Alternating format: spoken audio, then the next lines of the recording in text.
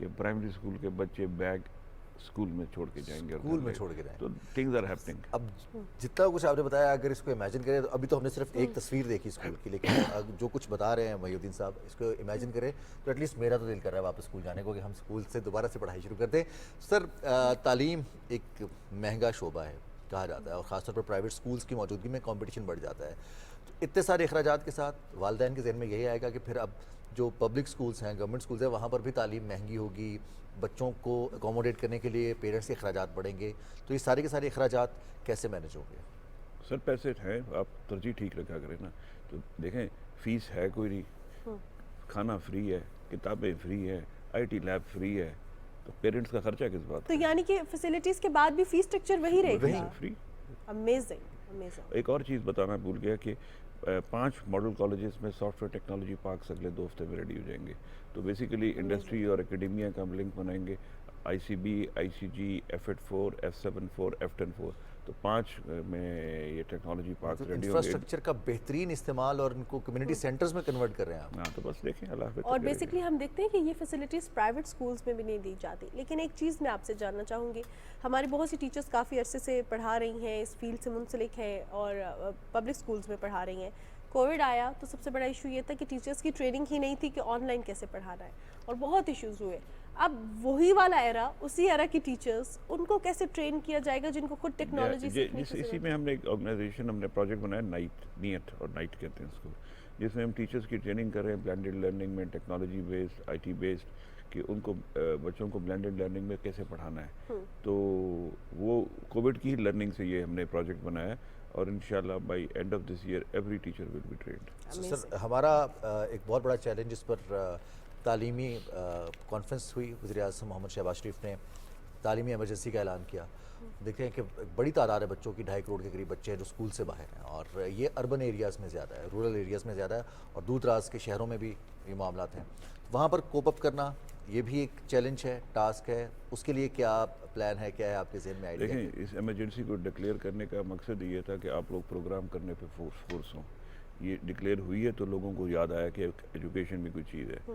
دوسری بات ہے وہ ان علاقوں کے مسائل وہ نہیں ہے جو اسلام آباد اور پنڈی کے ہیں. کہیں سیکیورٹی ایکس فاٹا ہے, وہاں سیکیورٹی کے مسائل ہیں.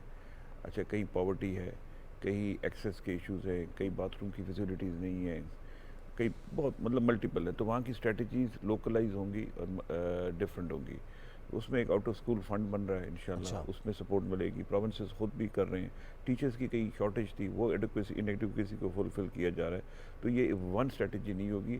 صرف یہ تھا کہ اس ایشو سے ہم نے نیشنل لیول پہ تمام پولیٹیکل لیڈرشپ اور نیشنل اسٹیک ہولڈرز کو یہ اس لیول پہ لائیں کہ ہم ایلوکیشن آف ریسورسز اور ان کا efficient use to address the out of school children وہ ہم کر سکیں.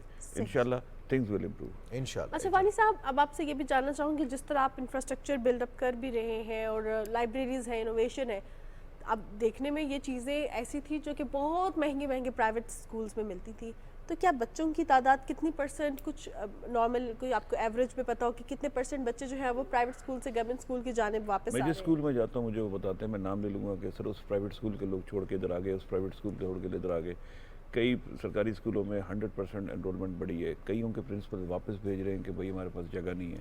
تو میں 50 اسکولوں کو اب ایوننگ شفٹ میں لانے کی سوچ رہا ہوں کہ تاکہ وہ جو پریشر ہے, اس کو 1-2 سال لگیں گے ذرا مومنٹم بنانے میں, لیکن message is getting out, the things are improving. تھوڑا سا لوگوں کے اندر کمپلیکس ہے کہ ہم ذرا ممی ڈیڈی کلچر میں جا کے بچوں کو پڑھائیں, لیکن جب ہمارے بچے لیکن ہمارے بچے جب پرفارم کریں گے انشاءاللہ پیپل ول کم بیک. اور زبردست سر, ہم دعا گو بھی ہیں اور ہماری تمنا بھی یہ ہے کہ آپ اس محنت کو اسی طرح سے جاری رکھیں, اور اس قافلے میں آپ کے اور بھی بہت سارے لوگ ہم سفر ہوں, اور پاکستان میں تعلیمی نظام کے حوالے سے خاص طور پر جو جدت لانے کی کوشش کی جا رہی ہو اس میں ہم سب لوگ اپنا حصہ ضرور ڈالیں. اور کل کو جب تاریخ لکھی جائے گی تو یہ نام ہمیشہ روشن رہیں گے کہ ان لوگوں نے ہمارے نظام تعلیم میں بہت بہتری کے لیے جو کیا ہے وہ ان کا فرض بھی تھا, لیکن انہوں نے اپنے فرض سے آگے بڑھ کر خدمات سر انجام. بالکل جناب محی الدین والی صاحب ہمارے ساتھ موجود ہیں, تو والی صاحب ایٹ دا اینڈ کوئی میسج دینا چاہیں گے صرف پیرنٹس کو, اسٹوڈنٹس کو نہیں, جو اور بھی شعبہ تعلیم سے وابستہ افراد ہیں, چاہے گورنمنٹ امپلائز ہیں یا پرائیویٹ سیکٹر میں کام کریں, کوئی پیغام ان کے لیے؟ بات یہ ہے کہ آپ کی جو زندگی کا اثاثہ اپنی اولاد ہے, اس کی تعلیم و تربیت پہ زیادہ نہیں، یہ پلاٹوں اور گھروں کے چکر میں نہ پڑے. الٹیمیٹلی یہی آپ کو لے کے آگے جائیں گے. ان پہ زیادہ ٹائم لگائیں اور ان چیزوں پہ ٹائم کم لگائیں. بہت امپورٹنٹ میسج. بہت شکریہ وانی صاحب، آپ کے قیمتی وقت کا. محی الدین وانی صاحب ہمارے ساتھ پروگرام میں موجود تھے. وفاقی سیکرٹری تعلیم ہیں اور بڑی زبردست بات کی کہ جو انویسٹمنٹ ہے وہ آپ نے بچوں کی تعلیم پہ کرنی ہے، بچوں پہ کرنی ہے. یہی سب سے زبردست اور بہترین انویسٹمنٹ ہے. اب چلتے ہیں ایک بریک کی جانب، اس کے بعد پروگرام کا سلسلہ آگے بڑھائیں گے.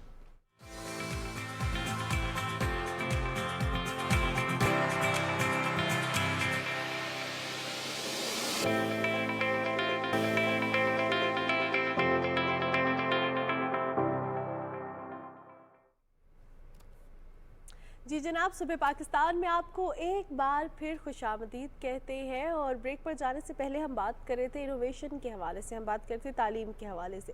تعلیم کے بعد ہم دیکھتے ہیں کہ ترقی ہوتی ہے اور پاکستان میں بھی بڑی زبردست سی چیزیں آ رہی ہیں سامنے، بڑی زبردست سی انوویشن ہو رہی ہے.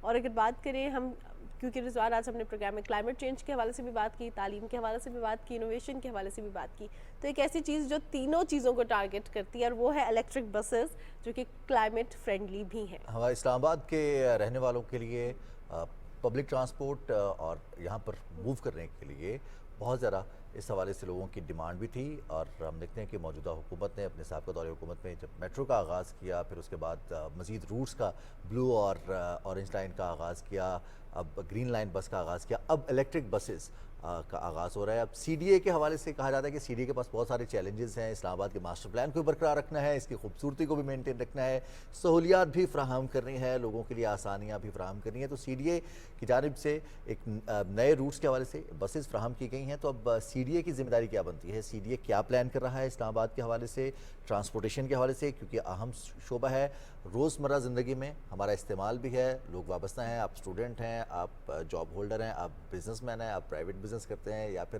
آپ ٹریڈر ہیں، آپ کسی بھی شعبہ زندگی سے وابستہ ہیں، تو آپ کے لیے ٹرانسپورٹ پہلی ریکوائرمنٹ ہوتی ہے کہیں بھی موو کرنا. اور رضوان، ہم ہمیشہ یہ بات کرتے ہیں کہ پاکستان میں اگر پبلک ٹرانسپورٹ ایزی ہو جائے، اویلیبل ہو جائے، فیسیلیٹیٹ کیا جائے عوام کو، تو ایک تو ہم جو جاب کر رہے ہوتے ہیں یا ہم اپنی سیلری کیلکولیٹ کرتے ہیں، تو یہ جو ہماری ٹرانسپورٹیشن کا خرچہ ہوتا ہے اس کی کاسٹ میں کمی آتی ہے، ہماری سیونگز بھی ہو سکتی ہیں، کلائمیٹ فرینڈلی بھی ہے، اسٹریس میں کمی آتی ہے، اسٹریس میں بھی کمی آتی ہے. سو بیسکلی پاکستان میں جب ہم بات کریں الیکٹرک بسز کے، اسلام آباد میں آ چکی ہیں 30 بسز آ چکی ہیں. یہ کن کن روٹس پہ چلیں گی، کیا اس کا فائدہ ہوگا، کیوں سوچا گیا ہے ان کے بارے میں؟ کیونکہ اسلام آباد ایسی جگہ ہے جہاں پہ اکثر اوقات لوگوں کے پاس اپنی ٹرانسپورٹیشن کے ذرائع موجود ہیں. تو اس حوالے سے بات کرنے کے لیے ہمیں پروگرام میں جوائن کیا ہے مس سعدیہ حیدر نے، جو کہ member planning and design C D A ہے. سب سے پہلے تو آپ کو پروگرام میں خوش آمدید کہتے ہیں سعدیہ صاحبہ. سعدیہ صاحبہ، کیا ریزن تھی ان الیکٹرک بسز کو اسلام آباد لے کے آنے کی؟ بیکاز اگر دیکھا جائے ادر سٹیز سے ایز کمپیئر ٹو اسلام آباد، یہاں پہ موڈ آف ٹرانسپورٹیشن بھی زیادہ ہے، لوگوں کے پاس اپنے بھی کنوینس موجود ہے، تو ریزن کیا تھی؟ Thank you very much for having me on the show. اور دیکھیں جی، جب ہم نے یہ ای وی بسز کا پروجیکٹ سی ڈی اے نے کنسیو کیا تو اس کے پس پردہ کوئی ایک ریزن نہیں تھی، ملٹیپل ریزنز تھیں. ایک تو اس وقت جو سب سے زیادہ ایشو ہے، جیسے کہ آپ نے رائٹلی اس کو مینشن بھی کیا، پبلک ٹرانسپورٹیشن کا، فیول پرائسز بہت زیادہ بڑھ گئی تھیں. تو اس میں ایک کمپریہنسو ٹرانسپورٹیشن سسٹم اسلام آباد کے لوگوں کا رائٹ ہے، اور حکومت کی یہ ذمہ داری تھی کہ ان کو ایک کمپریہنسو قسم کا اور ایک مکمل قسم کا ٹرانسپورٹیشن سسٹم پرووائڈ کیا جائے. 2 سال پہلے سی ڈی اے نے کوشش کی تھی جس میں ہم نے اپنے جو مین روٹس ہیں اس کے اوپر ہم 3 قسم کی بسیں چلا رہے ہیں other then the metro bus. So we have orange line, we have blue line and we have green line, جو کہ شہر کے مختلف روٹس کے اوپر چل رہی تھیں. لیکن جو شہر کے اندر کے لوگ تھے ان کو وہاں تک آنے کے لیے اپنی ٹرانسپورٹیشن کو یوز کرنا پڑتا تھا، یا جس طرح کہ آج کل مختلف قسم کے اور ٹرانسپورٹیشن کے نکل گئے ہیں، فیسلٹیز ہیں یا آپشنز ہیں، لوگ ان کو یوز کر رہے تھے. تو اٹ واز ویری امپورٹنٹ کہ ہم اس کی اگر ایفیکیسی ہم نے اپنے مین روٹس پہ بڑھانی تھی تو اس کے لیے بہت ضروری تھا کہ ہم فیڈر روٹس بنائیں. سو وی ورکڈ آن فیڈر روٹس جو کہ فیڈ کریں گے مین روٹس کو. اب لوگوں کو اپنے گھر سے یا قریب کے بس اسٹاپ سے، جیسے کہ انٹرنیشنلی بھی ہوتا ہے، وہ وہاں سے لیں گے اور then they can go to the main routes جہاں پہ ہماری green buses, blue buses and orange buses چل رہی ہیں.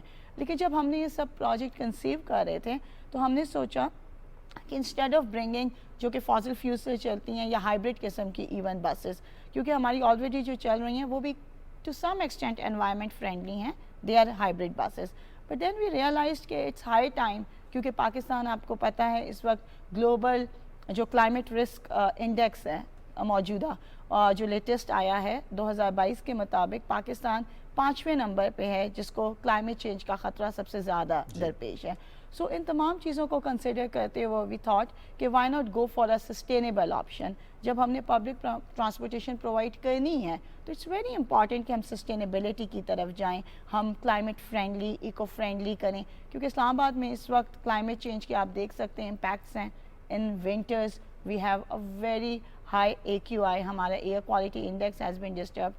So we wanted to address this issue through sustainability. اور ہم دیکھتے ہیں کہ جیسے جیسے آبادی بڑھتی ہے, انفراسٹرکچر ڈیولپ ہو رہا ہے, CDA کا, اور خاص طور پر اسلام آباد کے اگر ہم ماسٹر پلان کی بات کریں تو سڑکوں کی توسیع ہے, جنگلات میں کمی ہو رہی ہے, تو کلین گرین اسلام آباد کو رکھنا مشکل ہے. CDA محنت کر رہا ہے لیکن اب ریکوائرمنٹ زیادہ ہو گئی ہے.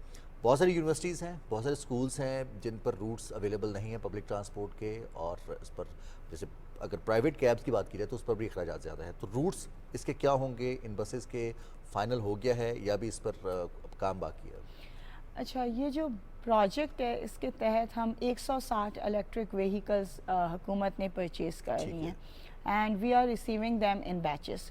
تو پہلا بیچ 30 بسز کا پاکستان پہنچ گیا ہے, پورٹس پہ وہ پہنچ گئے ہیں, اینڈ وی آر ایکسپیکٹنگ کہ کچھ دنوں تک وہ اسلام آباد آ جائے گا. So we are very much hopeful by the end of June انشاءاللہ these buses will be on the roads. تو 13 فیڈر روٹس ہیں جس پہ یہ بسیں چلیں گی, لیکن فیز وائز. پہلے فیز میں ہم 2 سے 3 جو بہت بزی روٹس ہیں, فیڈر روٹس جو ہم نے آئیڈینٹیفائی کیے ہیں, جہاں پہ ہماری رائڈرشپ بھی زیادہ ہے, عوام کی ڈیمانڈ بھی تھی, تو ہم اس کو ٹارگیٹ کریں گے. پھر ہمارے سیکنڈ بیچ میں 70 بسیں آئیں گی, ان کو ہم پھر بقایا فیڈر روٹس پہ, اور پھر بقایا 60 کو. تو یہ 3 فیزز میں ہم آل دیز بسز کو جو ہم یہ سوچ رہے ہیں کہ اسلام آباد میں لایا جائے. صحیح. اچھا, تھوڑا سا روٹس کے حوالے سے بتائیے گا کہ ہم دیکھتے ہیں کہ اگر اسلام آباد سے تھوڑا سا سائڈ پہ جائے, کھنہ پل سے نیلور کی جانب بڑا یہاں پہ رش بھی ہوتا ہے اور بہت زیادہ جو ہے یہاں پہ ٹریفک جام ہوتی ہے, تو کیا یہاں پہ بھی بسز چلیں گی؟ اور جب اگر بسز چلیں گی یہ والی تو ان کے کرائے کیا ہوں گے؟ کیا اگر چھوٹا سٹاپ ہے, تھوڑا سا ایک سٹاپ سے دوسرے سٹاپ کا وہی سیم ٹکٹ ہوگا, یا اگر راولپنڈی سے اسلام آباد آ رہے ہیں, یہ اس طرح کے بزی روٹس پہ جا رہے ہیں اسلام آباد, ود ان اسلام آباد, تو کیا ان کے کرائے میں اضافہ ہو جائے گا؟ جس طرح ہم دیکھتے ہیں لوکل ٹرانسپورٹ ہوتا ہے کہ کچھ زیادہ ہوتا ہے, کچھ چھوٹا روٹ ہوتا ہے تو کم ہوتا ہے. دیکھیں, جب آپ ٹرانسپورٹیشن کی بات کرتے ہیں تو انٹرنیشنلی یہ ایک سبسیڈائز سیکٹر ہے. اس میں کبھی بھی you can not go towards profit generation, اور ڈیولپڈ ورلڈ میں بھی اگر آپ دیکھ لیں تو اٹس ہیویلی سبسیڈائز سیکٹر, تو حکومت بھی سبسڈی دیتی ہے. لیکن ڈیفینیٹلی جس قسم کا ہمیں economic crunch we are facing, اور تو اس میں بہت ضروری ہے کہ ہم اپنے کرایوں کو بھی ریشنلائز کریں. فی الحال ہم نے اس کے انکریز پہ کوئی ورکنگ نہیں کی ہے, بٹ ڈیفینیٹلی ہم ابھی جب یہ روٹس ہم فائنلائز کریں گے, we are working on it, کہ جو 2-3 ہم نے روٹس فائنل کیے ہیں تو اس میں وی ول سی کہ ہم نے کرائے وہی رکھنے ہیں, کیونکہ اس وقت اسلام آباد میں 50 روپے کرایہ ہو رہا ہے فار دا مین بسز جو چل رہی ہیں ہماری orange, then the green and the blue one, وہاں پہ 50 روپے کرایہ ہے. تو ہم کنسیڈر کریں گے کہ ہم سیم روٹ کے ساتھ سیم پرائس کے ساتھ چلیں, یا لیکن ڈیفینیٹلی حکومت یا CDA جو بھی ڈیسیجن لے گی اس میں پبلک کنوینئنس کو مد نظر رکھا جائے گا. صحیح, بالکل صحیح. اور اب ہم دیکھتے ہیں کہ 160 بسز آئیں گی. اب الیکٹرک بسز کے حوالے سے اویئرنیس, ان کے استعمال کے حوالے سے, پھر لوگوں کو یہ بتانا ہے کہ یہ آپ کی اپنی پراپرٹی ہے, ان کا خیال بھی رکھنا ہے, اس حوالے سے بھی کوئی کیمپین CDA رن کرے گا, کر رہا ہے؟ دیکھیں جی, this is very important and we need people like you. ہمیں ایسی بہت ضرورت ہے اس وقت کہ اویئرنیس کو کریٹ کیا جائے, بیکاز ڈیفینیٹلی اگر ہم بہت رشی ایریا میں, یا جہاں پہ بہت زیادہ رش ہوتی ہے, یا اوور کراؤڈڈ ایریا میں چلاتے ہیں تو رائڈس یا ایسے انفارچونیٹ ہوتا ہے, لیکن ایسی چیزیں بھی ایکسپیکٹ کی جاتی ہیں. ابھی تک ہماری بسز چل رہی ہیں اور اسلام آباد کے لوگوں نے اس کی اونرشپ دی ہے. So we are very much hopeful کہ ٹوگیدر, کیونکہ یہ صرف CDA نہیں کر سکتی, یا صرف اگر عوام پہ چھوڑ دیا جائے عوام نہیں کر سکتی, تو اس میں سارے اسٹیک ہولڈرز کا انٹرسٹ لینا, اس کو اون کرنا, اور پھر اس کی سکسیس کے لیے کوشش کرنا, اٹس